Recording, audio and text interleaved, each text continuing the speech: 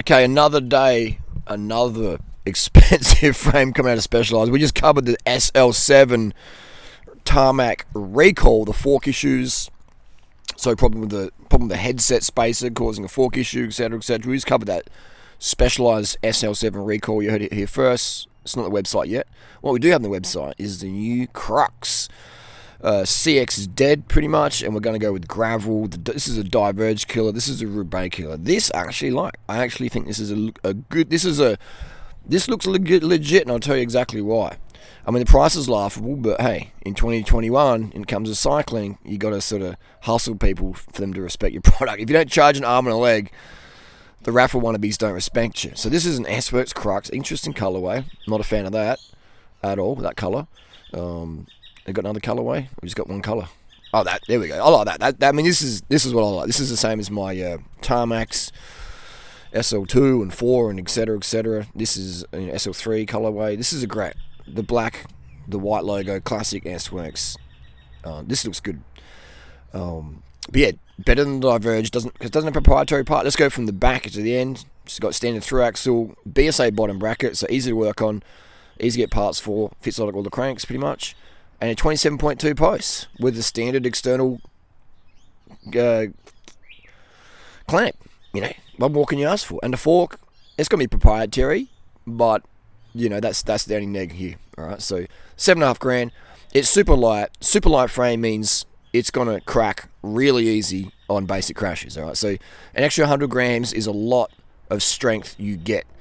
So buy this bike understanding if you do crash it, you're probably going to crack it, which is not too bad because you can get it fixed. But I'd rather have 100 grams or 150 grams extra carbon in my frame and save the weight from tires or a seat post or a seat or pedals or cranks or whatever, just cassette versus save it on the frame, which can make it weaker.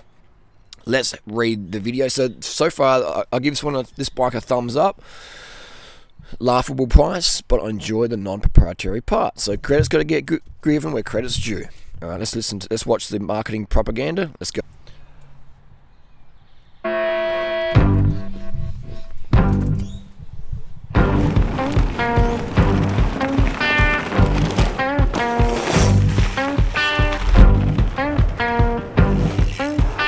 So subtle.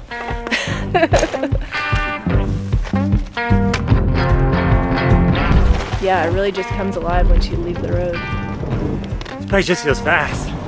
Floats over the rocks, slides into the sand. Super responsive bike.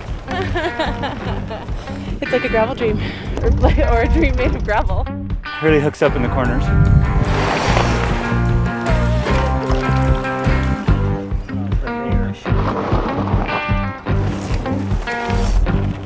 Like one of those bikes that never says no matter what you throw at it. So let's go back a bit here. It looks good. I mean, this is how the Specialized bikes used to ride back on the day when they were lightweight, rim brake, etc. Let's go back here. I'm going to cause little things, a bit of virtue signaling there. That's all good. But hey, it's 2021. If you don't virtue signals the brands, then you'll get some Karens complaining why you don't. So we got to get that. Let's go in here for this little. There was all right, here we go. Here, look at this. There's spaces on top of this steerer here, on top of this stem. So this generally Specialized. I mean, this Crux might have a total new system in. I could be wrong, but this is a Specialized steerer compression plug for your carbon steerer on your Specialized bike. It measures at 45 millimeters long depth, 45 mil. What I can see here in this footage here is this is going to be longer than 45 mils. All right. And so around here, this is where the fork can snap right here. Because when you tighten that little lower bolt, the steerer is now hollow. It's not supported. The bottom of this plug has to go below your lowest stem bolt. All right, like way below it. Otherwise, you create a pinch point, and over time, your carbon layout starts to microfracture, and then bang, bang, then pop. And then you'll be hooking up in the dirt there. So, all right, so never put spacers on top of a carbon steerer unless you're running a really long plug. Otherwise, it's going to cause micro damage, which becomes macro damage in the carbon layup. All right, so there you go. Yeah, I like this. We see mountain bike shoes here. I mean, this is basically an Athos gravel bike. You know, we should just call it the Athos gravel. We should call it the SL3. This is basically a tarmac gravel, SL3 tarmac gravel with disc brakes. Wouldn't the Athos be cool if it had a rim brake option? You know, it'd be like, I guess it'd be like an SL3. It'd be like an SL3 again, wouldn't it? Back in the good old days. Back in the good old days when bikes were strong and they rode really good. They didn't cost 2 kidneys. So that's the deal there. What's these shifters here? What shifters are they? What shifters are they? I don't recognise these shifters. Maybe we get is that the new Duros? Or Tegra or something? What shifters have we got in this bike? In that picture here?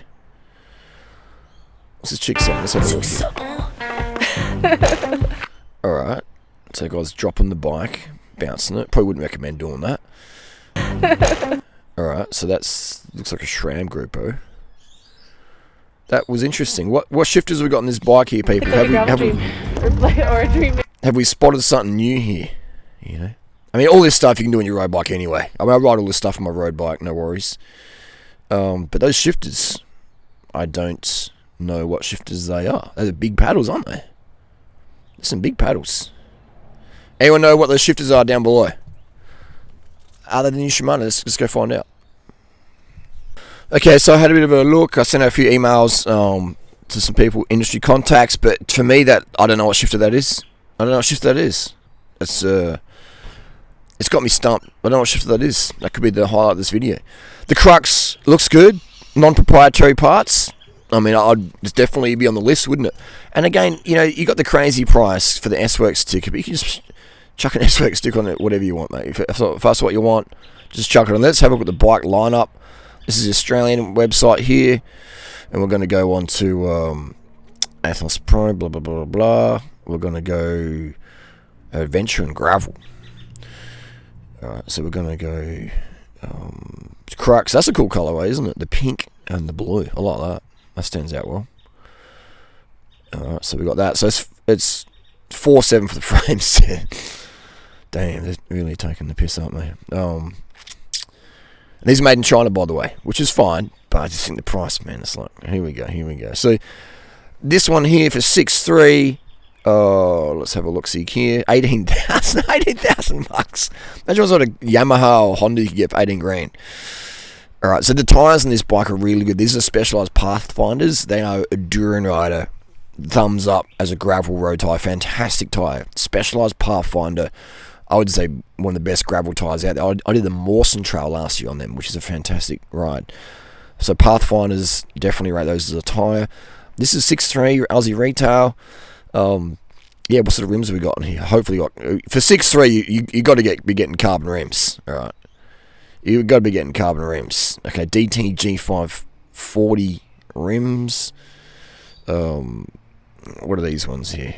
SRAM Rival. Damn, you're getting SRAM Rival for 6.3 Australian dollars. SRAM Rival. Wow, that's insane. What is the GT disc wheels?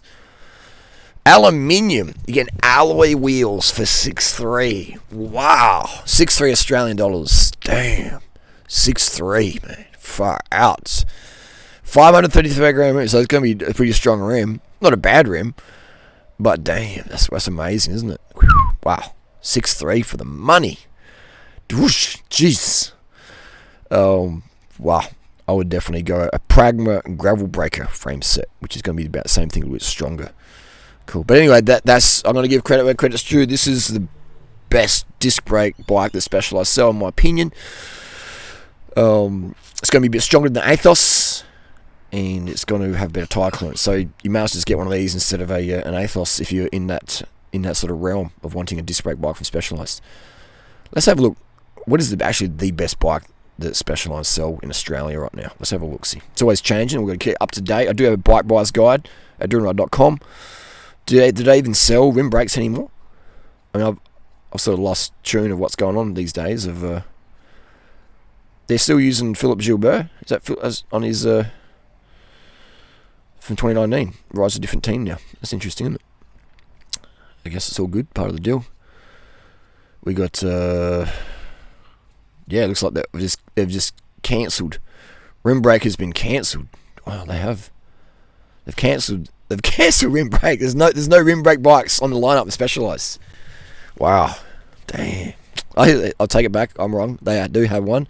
This is the best rim brake bike Specialized have. This is the best bike they have in terms of road performance. You buy this, put some different, get a SRAM 10 group set on there for $300-400 or Facey. You know, it's going to be a sub 7 kilo bike in due course, and you know, decently priced. So 2.2.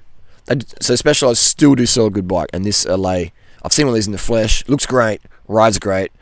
I've ridden one before. It's a legit bike. It's better than my SL7 by far, and yeah, and would be lighter as well once you build it up.